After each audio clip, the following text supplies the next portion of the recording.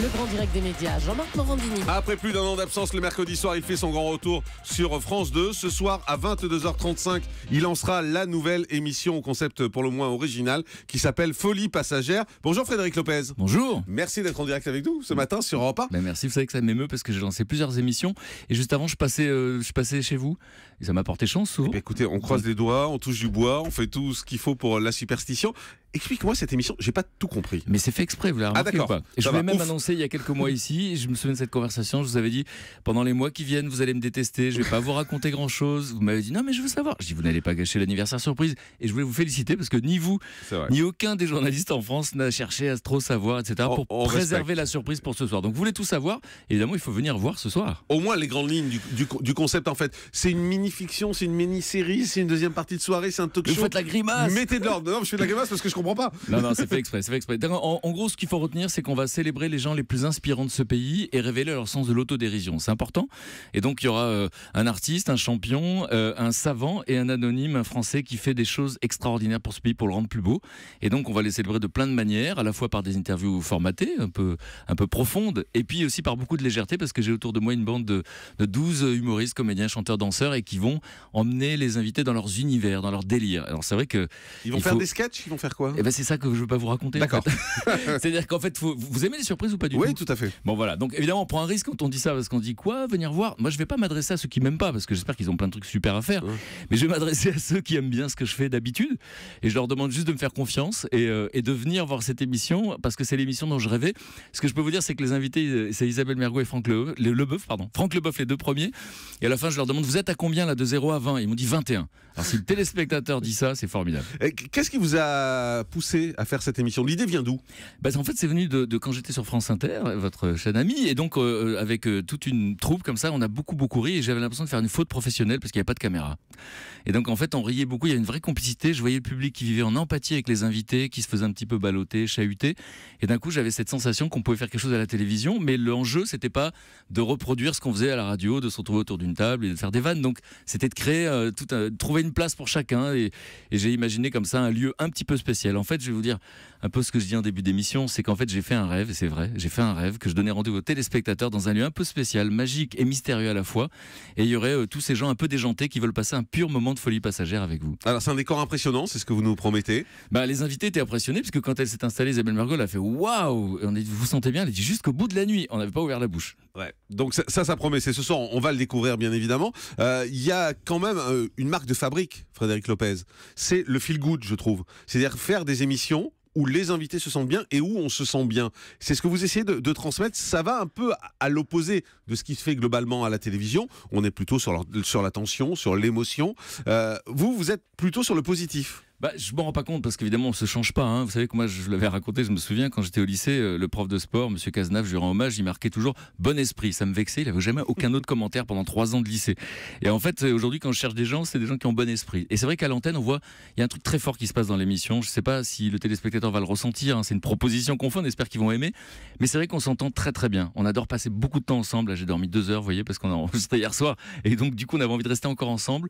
Et je pense que ça peut se voir, vous voyez, quand Terre Inconnue, il n'y a pas de tension, il n'y a pas de conflit, il n'y a pas de buzz, il n'y a pas de clash. Les gens regardent quand même. Et donc j'espère qu'ils viendront parce qu'effectivement, de voir des gens qui s'entendent bien, et ce sont des performeurs, ce ne sont pas des chroniqueurs. Ce sont des gens qui viennent performer, je ne peux pas vous en dire plus, et qui emmènent les invités dans leur univers. Et le téléspectateur, c'est comme l'invité. C'est-à-dire que des fois, il rentre dans le délire, des fois, il rentre pas. Hein. C'est le principe de la folie passagère. Vous dites, Frédéric Lopez, que le but, c'est que les gens se couchent avec le sourire. Oui, parce qu'en fait, il y a une âme dans ce programme. Il y a Alexandre Jardin. Et Alexandre Jardin, j'adore son enthousiasme. C'est un homme exalté et je l'adore. Il est parfois excessif. Je suis obligé de le retenir un petit peu, mais c'est impossible. Et il nous présente des gens qui donnent la pêche. Vous vous dites, waouh, je fais partie de cette espèce-là, et il y a des gens comme ça dans ce pays, et c'est des gens incroyables, ils appellent les nouveaux leaders, et ce sont des gens qui changent le monde. C'est-à-dire que les gens qui sont dans cette émission sauvent des vies, c'est un truc fou, c'est pas juste un soir, hein, c'est pas la nuit des héros, c'est pas juste j'ai sauvé un enfant de la noyade, non, ce sont des gens qui se sont investis pour le collectif, et ce sont des gens qui ont trouvé un sens à leur vie, parce que les chercheurs sont formels, en fait ce qui donne du sens à la vie, c'est d'en donner aux autres, et ce sont des gens qui aident les autres. Et donc le mélange de divertissement et de contenu donne quelque chose qui est difficile à décrire, et quand vous l'aurez vu, prévu, vous allez me comprendre. Vous vous dites, ouais, je comprends pourquoi il a rien raconté. Il y en a combien de prévus? Normalement, on a signé pour la saison 22. C'est-à-dire jusqu'en juin déjà. Si tout va bien. Donc France 2, il croit vraiment. Je vais vous dire un truc, c'est qu'il y a une femme qui s'appelle Nathalie Darrigrand, qui est au magazine, avec qui j'avais, à l'époque, elle était à France 5 quand j'avais créé Rendez-vous en terre inconnue. Et Nathalie Darrigrand, elle m'a fait un truc que peu de gens dans ce pays ont pu vivre, c'est-à-dire que c'est une confiance extraordinaire. On travaille main dans la main, elle est au courant de tout chaque minute, mais elle me laisse créer. Elle a compris que c'était important de s'éclater. Et autour de moi, il y a des gens qui sont très très créatifs. Donc encore une fois, voilà, on s'amuse beaucoup. Elle nous laisse faire.